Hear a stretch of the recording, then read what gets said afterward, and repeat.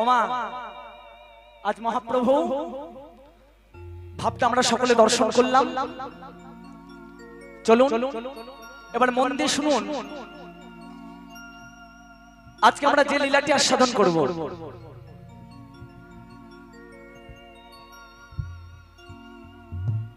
আজকে আমরা যে লীলাটি আস্বাদন করব,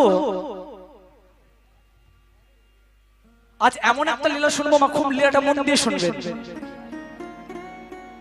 খুব সুন্দর লীলা, খুব ইন্টারেস্টিং লীলা, মন দিয়ে সকলে শুনবেন, আস্বাদন করবেন। আজকে যে লীলাটি শুনবো, এক ভক্ত আমার ভগবানকে এমন ভাবে ভজনা করেছিল যে সেই ভক্তের ভক্তির টানে সেই বৃন্দাবনের কৃষ্ণ গোপাল পায়ে হেঁটে এসেছিল, এসেছিল খালি পায়ে, এসেছিল পায়ে হেঁটে সাক্ষী দিতে। কোথায়? ভক্তের ভক্তির টানে এসেছিল বিদ্যানগর গ্রামে। তাহলে চিন্তা করুন মাসে কেমন আসতে,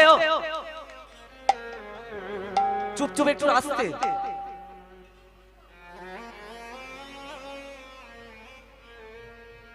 তা ভক্তের ভক্তির টানে সেই বৃন্দাবনের কৃষ্ণ গোপাল ভক্তের ভক্তির টানে এসেছিল সেই বৃন্দাবন থেকে পায়ে হেঁটে বিদ্যানগর গ্রামে। তা কেন এসেছিল, কোন ভক্তের জন্য এসেছিল, সেই মন্দির এখন কোথায় আছে, সব লীলার মধ্যে বলে দেব। চলুন, আজকের লীলার বিষয়বস্তু হলো সাক্ষী গোপাল।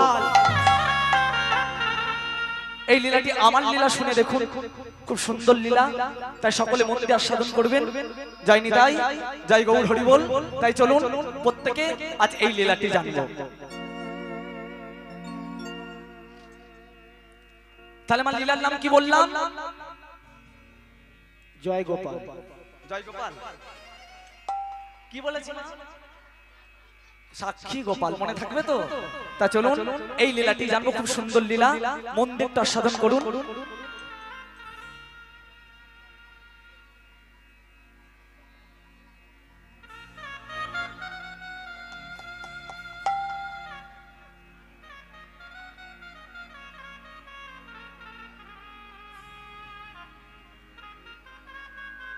তা চলুন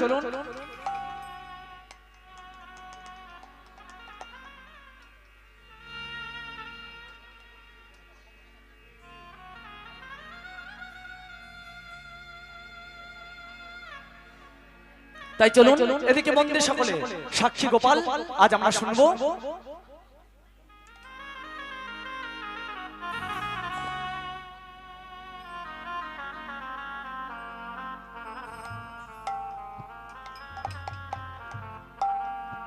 তাই চলুন সকলে মিলে আস্বাদন করি সাক্ষী গোপাল।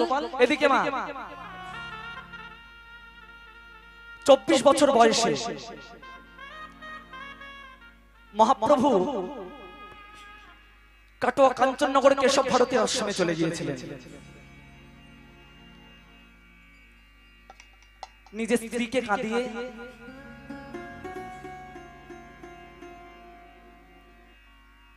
নিজের মাতাকে কাঁদিয়ে চলে গেলেন কাটোয়া কাঞ্চননগর কেশব ভারতী আশ্রমে।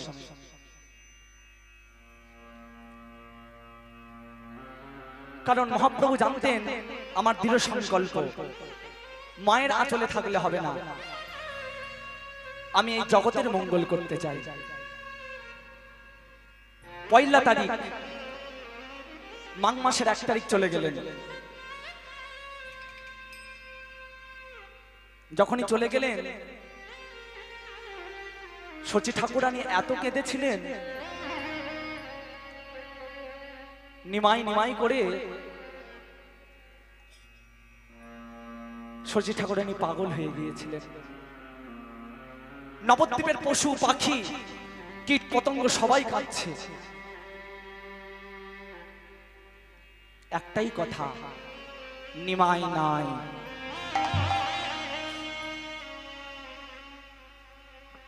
একটাই কথা,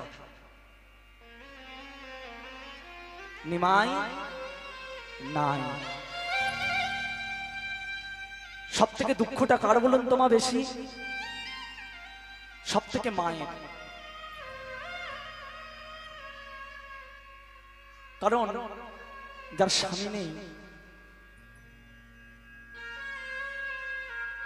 মা কাঁদছে, কাঁদতে কাঁদতে সেই সময় নিত্যানন্দ এসেছে। মা, তুমি কাঁদছো কেন?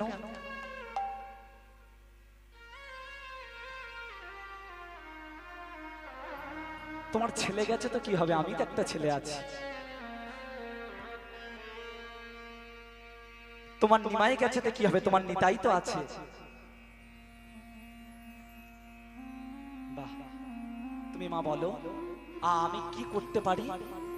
খোকা, তুই একটা কাজ করতে পারবি বাবা। তুই যেখান থেকে হোক তুই আমার সন্তানকে ফিরিয়ে এনে দে। ঠিক আছে মা, আমি তোমায় কথা দিলাম, আমি নিমাইকে ফিরিয়ে এনে এই শান্তিপুরে সচি মায়ের সঙ্গে ছেলের মিলন করব। তা নিত্যানন্দ করেও ছিলেন মা, নিত্যানন্দ করেও ছিলেন। সকলের সাহায্য নিয়ে গোটা জায়গা খুঁজতে খুঁজতে মা নিমাইকে ফিরিয়ে এনেছিলেন শান্তিপুরে মায়ের কাছে। মা দেখতে এসেছে নিমাইকে, নিমাইকে দেখতে এসেছে। আর নিমাইকে দেখেই সঙ্গে সঙ্গে মা চমকে উঠেছে। একই খোকা, তোর চাচর চিকুর চুল কোথায় গেল? খোকা, তোর অঙ্গে এরকম গেরুয়া বসনকে পরিয়ে দিল। খোকা, তোকে দেখে আমার বড্ড ভক্তি লাগছে।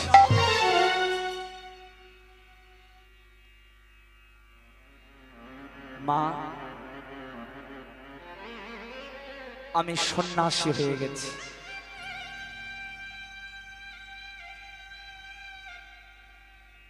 খোকা, তুই আমাদের কাঁদিয়ে যেতে পারলি? খোকা,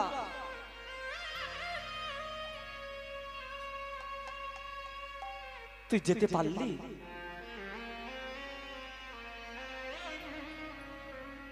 হ্যাঁ মা, আমাকে যেতে হতো। ঠিক আছে খোকা, তোকে একটা প্রণাম করব। মা, মা হয়ে কোনোদিন সন্তানকে প্রণাম করে?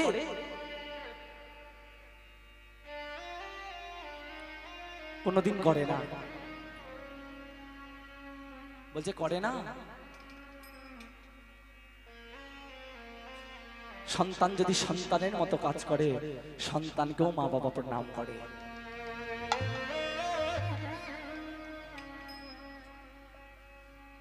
না খোকা না, মা তোমায় প্রণাম করতে হবে না। তোমার হাত দুটো আমার মাথায় আশীর্বাদ করো, যেন আমি এই জগজীবের মঙ্গল করতে পারি।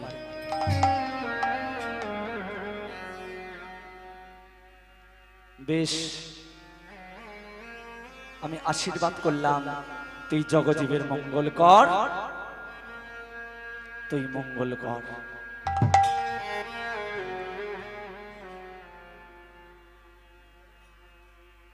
আসছি মা। কোথায় যাবি খোকা? আমি চলে যাব।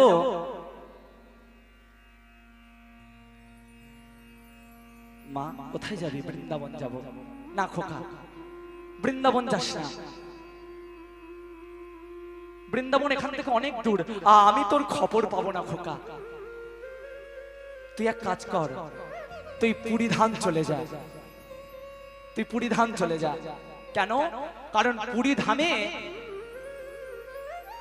বছরে এই নবদ্বীপ থেকে একবার করে সবাই যায়। কবে? রথযাত্রার সময়। তারা যখন যাবে, আমি না যেতে পারলেও আমি তো তোর খবরটা তাদের কাছ থেকে পাবো। খোকা, তুই বৃন্দাবন যাস না, তুই চলে যা পুরী ধাম। ঠিক আছে মা, আমি চলে যাব। তোমার কথা মতো চলে যাব পুরীধাম। এই মতো বলছে, মা তাহলে আমায় বিদায় দাও। খোকা দাঁড়া, খোকা দাঁড়া, তোকে একা যেতে হবে না, তোর সঙ্গে আমি একজনকে পাঠাবো। কে? নিত্যানন্দ।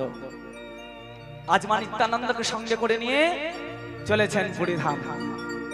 দু ভাইয়ে চলেছেন। নিত্যানন্দ সঙ্গে করি চলিলেন গৌর হরি, নিত্যানন্দ সঙ্গে করি চলিলেন গৌর হরি, নিত্যানন্দ সঙ্গে করি চলিলেন গৌর হরি, নিত্যানন্দ সঙ্গে করি চলিলেন গৌর হরি। সদাই মুখে, সদাই মুখে, সদাই মুখে হরি নাম গাই। ও তারা সদাই মুখে হরি গুণ গায়, সদাই মুখে হরি নাম গাই। তারা সদাই মুখে হরি গুণ গায়। কত শত ভক্ত সঙ্গে চলেন প্রভু নানা রঙ্গে, যত শত ভক্ত সঙ্গে চলেন প্রভু নানা রঙ্গে, কত শত ভক্ত সঙ্গে চলেন প্রভু নানা রঙ্গে, যত শত ভক্ত সঙ্গে চলেন প্রভু নানা রঙ্গে। সদাই মুখে, সদাই মুখে, সদাই মুখে হরি নাম গাই। তারা সদাই মুখে হরি গুণ গায়, সদাই মুখে হরি নাম গাই। তারা সদাই মুখে হরি গুণ গায়। নেচে নেচে চলেন প্রভু, নেচে নেচে চলেন প্রভু, নেচে নেচে চলেন প্রভু, নেচে নেচে চলেন প্রভু, ঊর্ধ্বে দুটি বাহু আমার তুলে, নেচে নেচে চলেন প্রভু, ঊর্ধ্বে দুটি বাহু আমার তুলে, নেচে নেচে চলেন প্রভু, নেচে নেচে চলেন প্রভু, নেচে নেচে চলেন প্রভু, নেচে নেচে চলেন প্রভু। নেচে নেচে চলেন।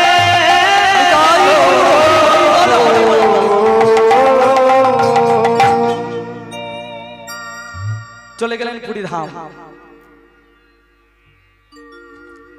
এবার মহাপ্রভু, এবার মন দিয়ে শুনুন, পুরীধাম যাওয়ার আগে দুটো জায়গা যেতে হয়। মহাপ্রভু নিজে শিখিয়ে গেছেন, দুটো জায়গা আগে যেতে হয়। মহাপ্রভু যাচ্ছেন, আমি যাচ্ছি না। তা ওই পুরীধাম যেতে যেতে প্রথম জায়গা কোথায় গেলেন? চলিতে চলিতে আইলো যাজিপুর গ্রাম, চলিতে চলিতে এলেন চাষিপুর গ্রাম, চলিতে চলিতে আইলো যাজিপুর গ্রাম। চলিতে চলিতে এলেন যাজিপুর গ্রাম। বড়াহ মূরতি দেখে করিলা প্রণাম, বড়াহ মূরতি দেখে করিলা প্রণাম, সে ভাই বড়াহ মূরতি দেখে করিলা প্রণাম। ও সে বড়াহ মূরতি দেখে করিলা প্রণাম। যাজপুর এলেন, প্রথমে এসেছেন যাজপুর। সেখানে কি আছে? বরাহ মূরতি, মানে ভগবানকে সেখানে শুকর রূপে পুজো করা হয়। 10 অবতারের মধ্যে এক অবতার সেখানে পুজো করা হয়ে গেলে দেখতে পাবেন যাজপুর। মহাপ্রভু সেখানে গেলেন, যাজপুরে বরাহ মূর্তিকে প্রণাম করলেন। সেখানে একটাই মন্ত্র উচ্চারণ হয়, কি বলুন তো? হরে কৃষ্ণ, হরে কৃষ্ণ, কৃষ্ণ কৃষ্ণ হরে হরে, হরে রাম, হরে রাম, রাম রাম হরে হরে, হরে কৃষ্ণ, হরে কৃষ্ণ, কৃষ্ণ কৃষ্ণ হরে হরে, হরে রাম, হরে রাম, রাম রাম হরে হরে। বাবা, একটু সকলে হাত তুলে গাওয়া যাবে? প্রত্যেকে, হ্যাঁ হাত তুলুন, প্রত্যেকে হাত তুলুন, যতজন বসে আছেন। হ্যাঁ সকল মিলে দুটি বাহু তুলে একসঙ্গে করো করো, তাহলে কেমন? হরে কৃষ্ণ, হরে কৃষ্ণ, কৃষ্ণ কৃষ্ণ হরে হরে, হরে রাম, হরে রাম, রাম রাম হরে হরে, হরে কৃষ্ণ, হরে কৃষ্ণ, কৃষ্ণ কৃষ্ণ হরে হরে, হরে রাম, হরে রাম, উলুধ্বনি মারো, উলুধ্বনি। হরে হরে, হরে কৃষ্ণ, হরে হরি হরি কৃষ্ণ, হরে হরে, হরে রাম, হরে রাম, রাম রাম হরে হরে, হরে কৃষ্ণ, কৃষ্ণ কৃষ্ণ হরে হরে, হরে রাম,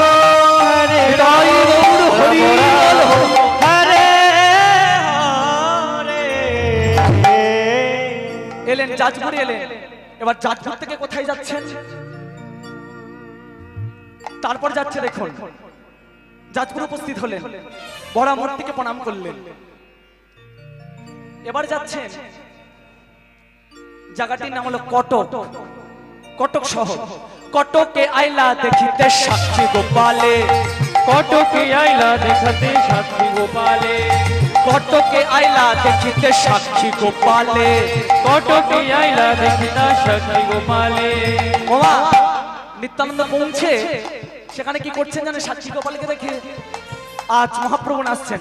কটকে আইলা দেখিতে সাক্ষী গোপালে, কটকে আইলা দেখিতা সাক্ষী গোপালে।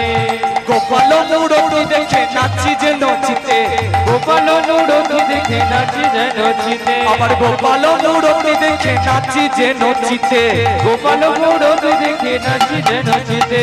পাশে কেন রাধা নাই, পাশে কেন রাধা নাই, পাশে কেন রাধা নাই, পাশে কেন রাধা নাই, বলো বলো দাদা নিতাই, পাশে কেন রাধা নাই, বলো বলো দাদা নিতাই, পাশে কেন রাধা নাই, বলো বলো দাদা নিতাই। পাশে কেন রাধা নাই। গোপাল নুরতি দেখে নাচি যেন চিতে, গোপাল মূরতি দেখে নাচি যেন চিতে, গোপাল মূরতি দেখে নাচি যেন চিতে, গোপাল মূরতি দেখে নাচি যেন চিতে। কটকে গেছেন। ওমা দেখছেন ভগবান হাতে বাঁশি নিয়ে দাঁড়িয়ে আছেন কটকে, আজও গেলে দেখতে পাবেন। এবার মহাপ্রভু দেখে বলছে, কি বললেন? বলছেন পাশে কেন রাধা নাই। ওমা এদিকে মহাপ্রভু দেখে বলছে, কৃষ্ণ একা দাঁড়িয়ে আছে, রাধা কেন নেই? এই প্রশ্ন। আর কৃষ্ণ মানে গোপাল মানে এই নয়, এই বড় কৃষ্ণ দাঁড়িয়ে আছে। একটাই প্রশ্ন, পাশে রাধা নেই কেন? যে রাধাকে ছাড়া আমার গোবিন্দ এক মুহূর্ত বাঁচে না, আর এর পাশে রাধা নেই। এর পাশে রাধা নেই বলছে, হ্যাঁ রে নিমাই, এত লোক থাকতে তুই আমায় কেন জিজ্ঞেস করছিস? ভাল লাগলো বলে জিজ্ঞেস করে ফেলবি? দেখেছো এত লোক বসে আছে, আমায় জিজ্ঞেস করছে। হ্যাঁ রে, বলছে দাদা আমি এটুকু জানি, তুমি আমার থেকে বড়, তুমি আমার থেকে 12 বছর আগে সন্ন্যাস নিয়েছো, তুমি সন্ন্যাস নিয়ে গোটা তীর্থে ভ্রমণ করেছো। আমার বিশ্বাস তুমি জানবে, যেহেতু তুমি আমার থেকে অনেক বড়। ঠিক বলেছিস। তোর প্রশ্ন আমারও জেগেছিল মনে, যে পাশে রাধা নেই কেন। এক পান্ডা আমাকে এই গল্পটা শুনিয়েছিল ওই বৃক্ষের তলায় বসে। তা দাদা কে সেই ভাগ্যবান যার জন্য মহাপ্রভু সাক্ষী দিতে চলে এলো? গোপাল বৃন্দাবন থেকে সাক্ষী দিতে এলো, কে সেই ভাগ্যবান? আমিও শুনতে চাই। বেশ চল ওই গাছের তলাটাই বসি, আমরা শুনবো। বেশ চলো। সকলকে নিয়ে বসেছে, নিত্যানন্দ বলছে, মহাপ্রভু শুনছে। আজ আমরা সকলেও শুনবো, এই অধমতার মুখ দিয়ে আপনারা সকলে আস্বাদন করবেন। আজ নিত্যানন্দ বলছে, মহাপ্রভু শুনছে। শোন, আগে জানতে হবে মা কার জন্য ভগবান আসেন। এই জায়গায় মা দু ধরনের ভক্ত আছে, একটা সকাম ভক্ত, একটা নিষ্কাম ভক্ত। সকাম কাদেরকে বলে? যারা শুধু আমার চিন্তা করে, আমি কি খাবো, আমি কি পড়বো, আমি কেমন বাড়িতে থাকবো, আমি কেমন করে ঘুমাবো, আমি এসি রুমে থাকবো কিনা। আর নিষ্কাম ভক্ত, সে নিজের বলতে কিছু জানে না, আমার ভগবানকে কি খেতে দেব। আজ ভক্তের অভাব বলেই মা এই দুর্দশা। ভগবানকে কি পড়াবো, ভগবানকে কেমন ভাবে সাজাবো, এই হচ্ছে ভক্ত। তাই নিষ্কাম ভক্তের জন্য এসেছিলেন। তা বলছে শোন, কার জন্য এসেছিল জানিস? গানটির নাম শোন। বিদ্যানগর গ্রাম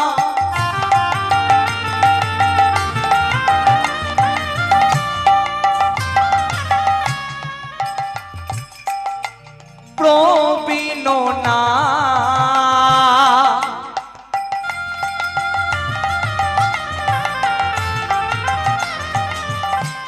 বোঝালেন কলি যুগে ভক্তের ভগবান বিদ্যানগর না বিদ্যানগর গ্রাম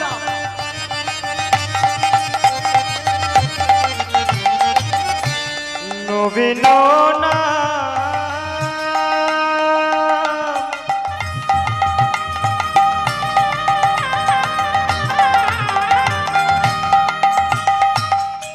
বোঝালেন মহাপ্রভু ভক্তের ভগবান ওই না নবীন নামে ছিল ব্রাহ্মণ বিন নামে নামে ছিল ব্রাহ্মণ ওই না সদাই করত হরির ভাজন নবীন নামে ছিল ব্রাহ্মণ ওই না সদাই করত হরির ভাজন নবীন নামে ছিল ব্রাহ্মণ ওই না হরি পূজনার হরি আরাধন নবীন নামে ছিল ব্রাহ্মণ ওই না হরি পূজনার হরি আরাধন নবীন নামে ছিল ব্রাহ্মণ ওই না হরি পূজনার হরি আরাধন নবীন নামে ছিল ওই না ব্রাহ্মণ হরি পূজনার হরি আরাধন নবীন নামে ছিল ওই না ব্রাহ্মণ হরি পূজনার হরি আরাধন নবীন নামে ছিল ব্রাহ্মণ হরি পূজনার হরি আরাধন নবীন নামে ছিল ব্রাহ্মণ নবীন নামে ছিল হরি বল। ব্রাহ্মণ ওমা বলছে বিদ্যানগর গ্রামে দুইজন ভক্ত ছিল একজনের নাম নবীন আর একজনের নাম প্রবীণ প্রত্যেকে মন দিয়ে শুনুন নবীন আর প্রবীণ প্রবীণের বয়স 90 বছর চারটি ছেলে রয়েছে একটি কন্যা সন্তান আর তার স্ত্রীকে নিয়ে তার সংসার ওই নবীন ওই প্রবীণ ব্রাহ্মণ তিনি যা অর্থ ছিল একটা বিশাল বড় বাড়ি করেছে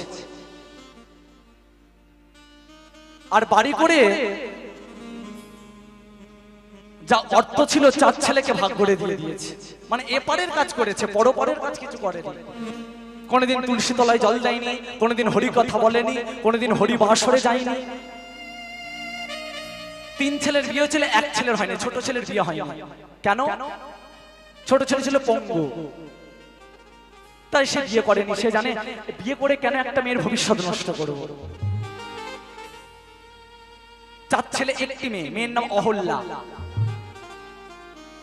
বড় ছেলের নাম রঘুনন্দন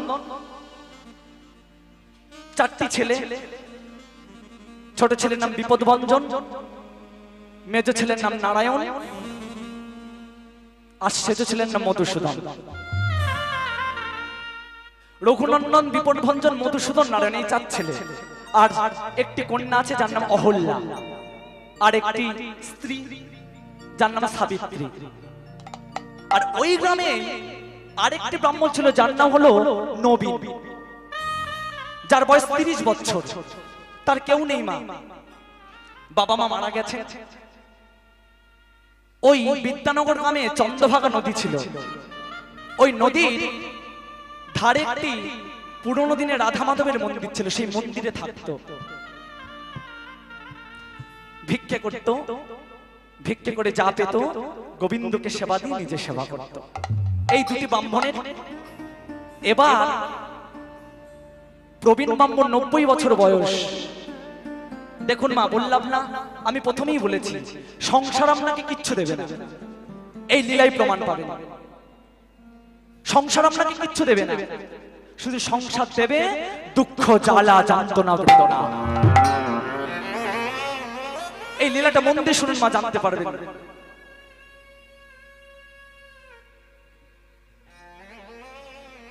প্রবীণ ব্রাহ্মণ ভাবছে বয়স 90 হয়ে গেল, সবই তো করলাম। আমি শুনেছি বয়সে যদি একবার বৃন্দাবন ঘুরে আসা যায় তাহলে নাকি অনেক পুণ্যার্থ অর্জন হয়। আমি বৃন্দাবন যাব, তা আমার 4 ছেলে রয়েছে, আমি কিছু কিছু করে অর্থ চাইব, সেই অর্থ নিয়ে আমি যাব বৃন্দাবন।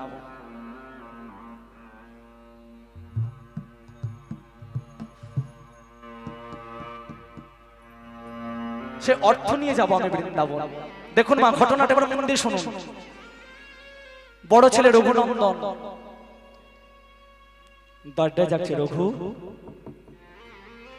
রঘু, খোকা, রাত্রি, খোকা।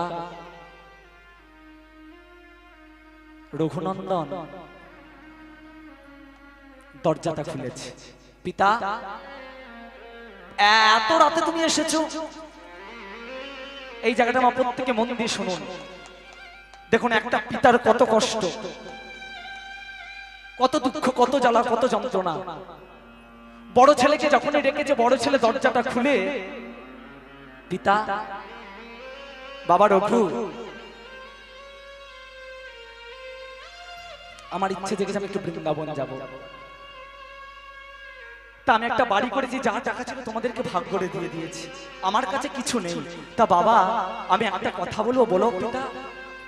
বাবা, আমায় কিছু টাকা দিবি, আমি একটু বৃন্দাবন ঘুরে আসবো। চিন্তা করো, যখনই চেয়েছে বড় ছেলে কি বলছে জানেন? পিতা, আমার কাছে তো পয়সা নেই।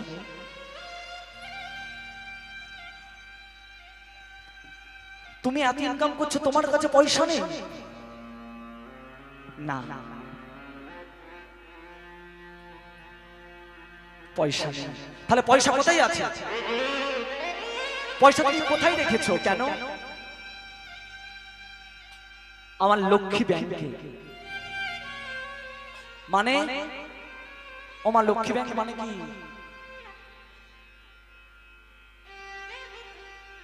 যা টাকা আমি রোজগার করি সব আমার স্ত্রীর হাতে তুলে দিই। তা তোমার স্ত্রীকে চেয়ে দাও, তোমার স্ত্রীকে দেবে না?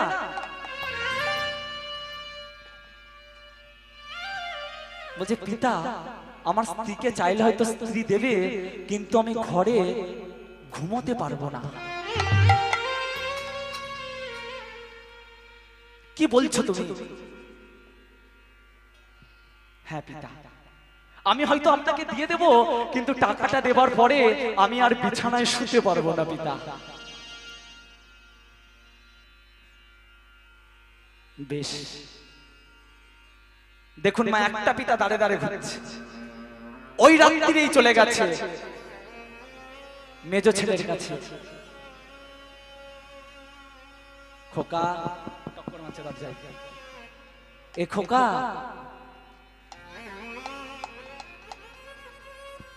আর যখনই মা মেজ ছেলে দরজাটা খুলতে যাবে, সঙ্গে সঙ্গে স্ত্রী কি করছে? চট করে দরজা দাঁড়াও, দাঁড়াও, যাচ্ছ কোথায়? পিতা ডাকছে আমায়। তোমার পিতা কেন ডাকছে আমি জানি। তুমি জানলে কি করে? বড়দার ঘরে গিয়েছিল, আমি কান পেতে শুনেছি বাবা বৃন্দাবন যাবে, তাই দাদাকে টাকা চাইছিল, তুমি দরজা খোলো না, তোমাকেও টাকা চাইবে। আর যখন এই কথা বলে সঙ্গে সঙ্গে মেজে বলে, চুপ করো, স্তব্ধ হও। তুমি জানো ওই দরজার বাইরে কে দাঁড়িয়ে আছে? ও আমার বৃদ্ধ পিতা। বলো না এ কথা তুমি বলো না। আমায় এ কথা বলো না। যে ছোট থেকে আমায় মানুষ করলো, বলো না যে ছোট থেকে আমায় এত বড় করলো, বলো না বলো না। আজ আজ তুমি বলছো আমি দরজা খুলবো না?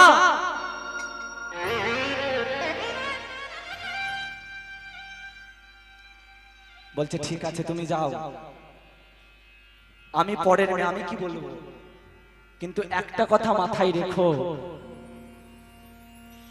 তোমার পিতা বৃন্দাবন থেকে তাকে বাড়ি ফিরতে হবে। তা তুমি যখন বাড়িতে থাকবে না, এই টাকার আমি সুদে আসলে শোধ তুলে নেব। চিন্তা করুন মা, অনুভব করুন একটা বৃদ্ধ পিতার অবস্থা কি। রাত্রিবেলা ছেলে দরদাই দরদাই টাকা চাইছে, একটা ছেলেও টাকা দিচ্ছে না। বেশ, যখন এই কথা বলেছে না, মেজ ছেলে চুপ হয়ে গেছে। তাই তো আমি কাজে চলে যাব, আমার যদি পিতার উপর অত্যাচার করে আমার স্ত্রী। বেশ, বলছে পিতা আমি দিতে পারবো না টাকা, তুমি সেজ ছেলের কাছে চলে যাও। রাত্রিরে অঝরে কাঁদছে প্রবীণ ব্রাহ্মণ,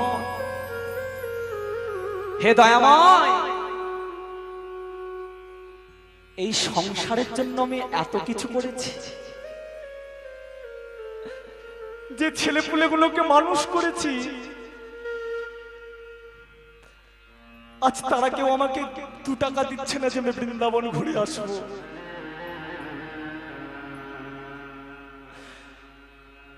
এই সংসারের জন্য আমি চিরকাল খেটেছি, আমি কোনোদিন তোমার চরণে এক ফোঁটা জল দিইনি, আমি কোনোদিন তোমার কাছে ছুটে যাইনি, আমি কোনোদিন তোমায় ডাকিনি। কিন্তু আজ বুঝতে পারছি যে এই সংসার করে আমি কত বড় ক্ষতি করেছি।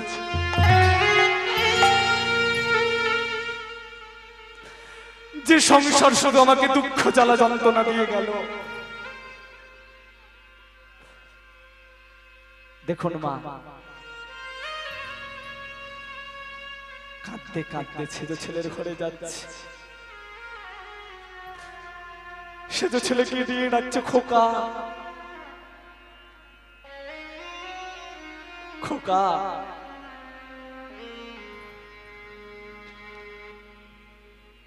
সেজ ছেলেকে যখন গিয়ে ডেকেছে,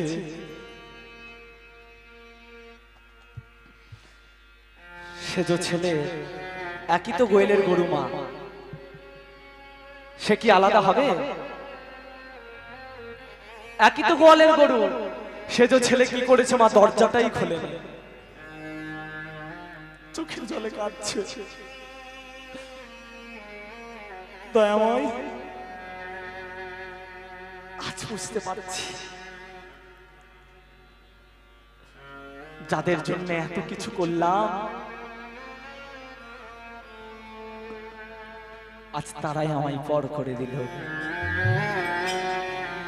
হে গিরিধারী,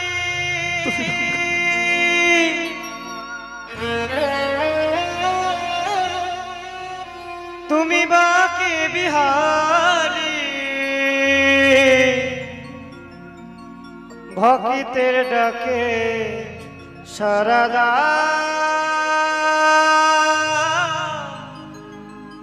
আরে না প্রভু ঘুমা। হে গিরিধারী,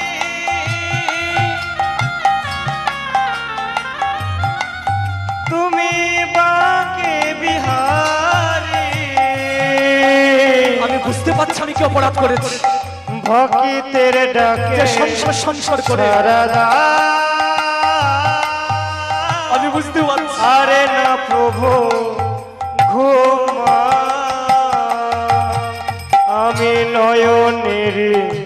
জলে ডাকি গো তোমারে নয়নের জলে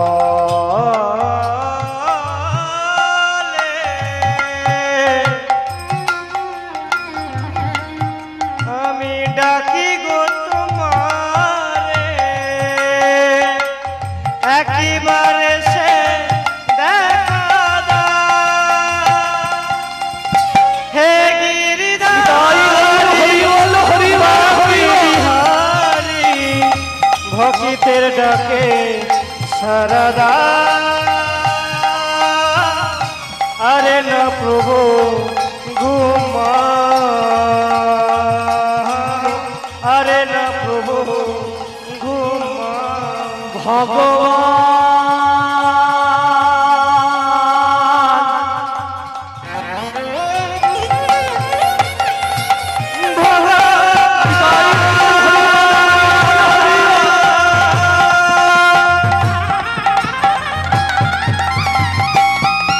তুমি দেখা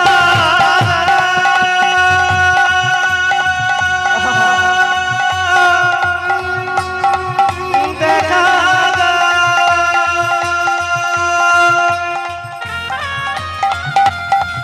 এই আদম রে তুমি তুমি তুমি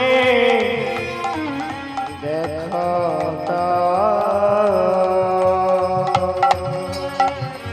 দেখা দাও দেখা দাও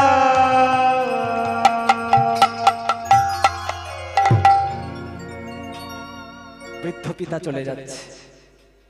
সেই সময় একজন চরণে সে আছাড় খেয়ে পড়ল। পিতা বলুন তোমাকে এসে আছাড় খেয়ে পড়ল কে? এলো আছাড় খেয়ে কে পিতার চরণে পড়ল? ছোট ছেলে যে ছিল প্রতিবন্ধী, আছাড় খেয়ে পড়েছে। পিতা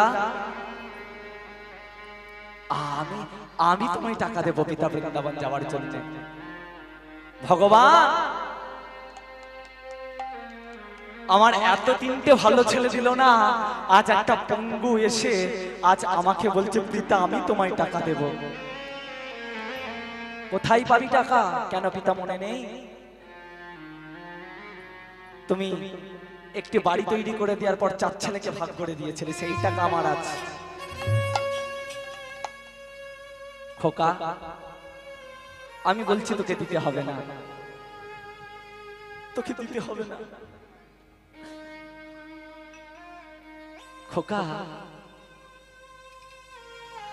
আমি তোর দাদাদের আজ যে রূপ দেখলাম, তোর দাদাদের আজ যে চরিত্র আমি দেখলাম, আমার মন বলে এরা আমি চলে যাওয়ার পর কোনোদিন তোকেও দেখবে না।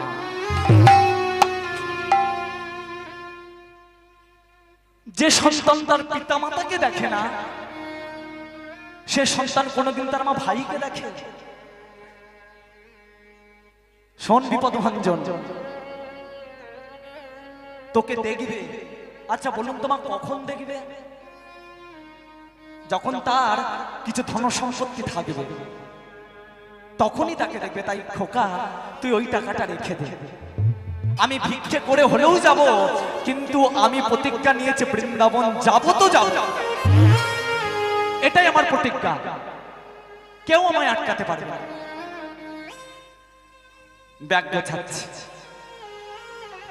সেই সময় একজন ডেকে উঠল, স্বামী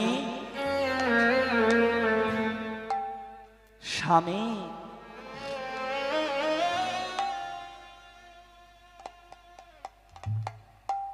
সাবিত্রী এসেছো? এসেছো সাবিত্রী? সাবিত্রী তো তুমি আমার সঙ্গে যাবে বৃন্দাবন? আবার বড্ড ইচ্ছে বৃন্দাবন যাব। 90 বয়স হয়ে গেল, আর কি করব, একবার বৃন্দাবনটা দর্শন করে আসি, তারপর আমার মরে গেলেও আর ক্ষতি নেই। আহা